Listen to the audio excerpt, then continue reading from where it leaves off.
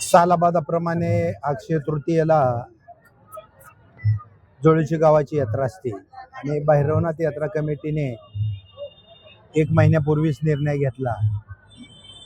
ज्या दिवशी आमचं पुस्तकाचं पूजन असतं पाडव्याला, गुढीपाडव्याला, त्याच दिवशी निर्णय घेतला की राज्याचे दिवंगत उपमुख्यमंत्री माननीय अजितदादा पवार यांच्या अकाली निधनामुळे गावाची यात्रा अतिशय साध्या पद्धतीने घेण्याचं त्याच्या वेळेस ठरलं आणि आज अक्षय तृतीयेला आम्ही अतिशय साध्या पद्धतीने विदाऊट गुलाल, विदाऊट वाजंत्री, विदाऊट फटाकडे, आतषबाजी, कुठलाही कार्यक्रम न ठेवता अतिशय साध्या पद्धतीने आम्ही यात्रा आज पार पाडत आहे. मग अगदी पारंपरिक सकाळी अभिषेक असेल 5:30 वाजता, आता 6:30 वाजता देवाची लग्न असतील आणि आता थोड्या वेळापूर्वी अतिशय साध्या पद्धतीने छबिन आम्ही गावातून त्याची एक पारंपरिक मिरवणूक निघणार आहे. अतिशय साध्या पद्धतीने गावाने घेतलेल्या निर्णयामुळे अतिशय साध्या पद्धतीने आमची यात्रा संपन्न झालेली आहे असं म्हणलं तर वावगं ठरणार नाही. आणि हीच माननीय अजितदादा पवार यांना भावपूर्ण आदरांजली, श्रद्धांजली गावातर्फे आम्ही दिलेली आहे. आणि राहिला विषय येणाऱ्या 23 तारखेला संपूर्ण गावाने निर्णय घेतलेला आहे. माननीय अजितदादा पवारांनी आमच्या गावातील असा एकही प्रश्न नाही की तो त्यांच्या नजरेतून राहिलेला आहे. अगदी पिण्याच्या पाण्याचा प्रश्न असेल पुढल्या 25 वर्षाचा मिटवलेला आहे.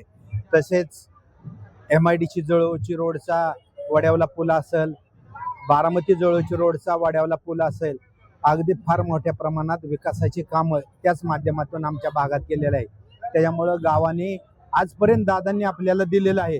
आता दादांच्या कुटुंबामागं ठामपणे उभा राहण्याचा निर्णय जळोच्या गावकऱ्यांनी घेतलेला आहे. आणि येत्या 23 तारखेला संपूर्ण गाव साधारण 90% आसपास मतदान होईल आणि त्याच्यापैकी 100% माननीय वहिनी साहेबाला मतदान होईल याची गावातर्फे मला पूर्ण खात्री आहे.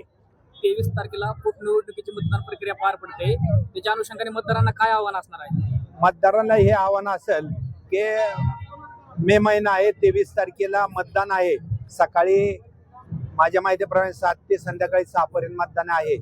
तर आमचा प्रयत्न आहे आणि गावकऱ्यांना आव्हान आहे की 12च्या आत बऱ्यापैकी आमचं मतदान करून घेण्याचा आमचा प्रयत्न राहील आणि कोणीही मतदानापासून वंचित राहणार नाही असं प्रामाणिक प्रयत्न सर्व कार्यकर्ते करत आहे. गावालाही मी आवाहन करतो की कोणीही मतदान आपलं करायचं ठेवू नये.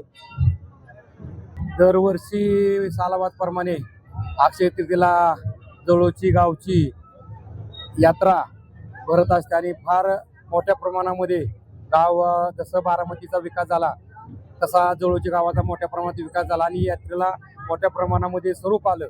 परंतु यावर्षी आपल्या सर्वांची लाडकी नेते आदरणीय दादांचं निधन झालं आणि संपूर्ण बारामती आणि महाराष्ट्रावरती एक शोककळा पसरली आणि त्यातून संपूर्ण बारामती जळोचीकर सगळं महाराष्ट्रातील सर्व लोक दुःखामध्ये आहेत.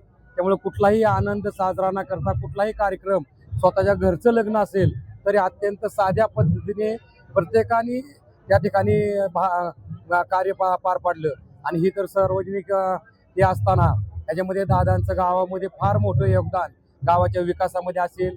या भैरवनाथाचं मंदिर, काळेश्वराचं जे मंदिर आहे त्या दादांच्या पवार चॅरिटेबल ट्रस्ट मार्फतच हे मंदिर दादांनी मदत देऊन उभारणी केलेलं आहे आणि गावावरती दादांचा फार मोठा एवढा उपकार असताना आणि त्यांच्या या जाण्याचं जे दुःख आहे त्या दुःखामध्ये सहभागी होत गावाने अत्यंत साध्या प्रमाणात ही यात्रा साजरी करण्याचं ठरवलं आणि कुठलाही मोठा गाजावाजा न करता, DJ न लावता, फटाकड्यांची आतषबाजी न करता एक अत्यंत देवाचं काम, लग्न आणि ज्या विधी आहेत त्या विधी पार पाडण्याचं संपूर्ण गावाने एकमेकाने बसून या ठिकाणी ठरवलं आणि संपूर्ण तालुक्यामध्ये याच पद्धतीने संपूर्ण गावच्या यात्रा अशाच पार पडल्या आणि याच पद्धतीने गावची पण यात्रा देवाचं काम, विधी या पूर्ण करून आम्ही या चांगल्या पद्धतीने पार पाडणार आहे.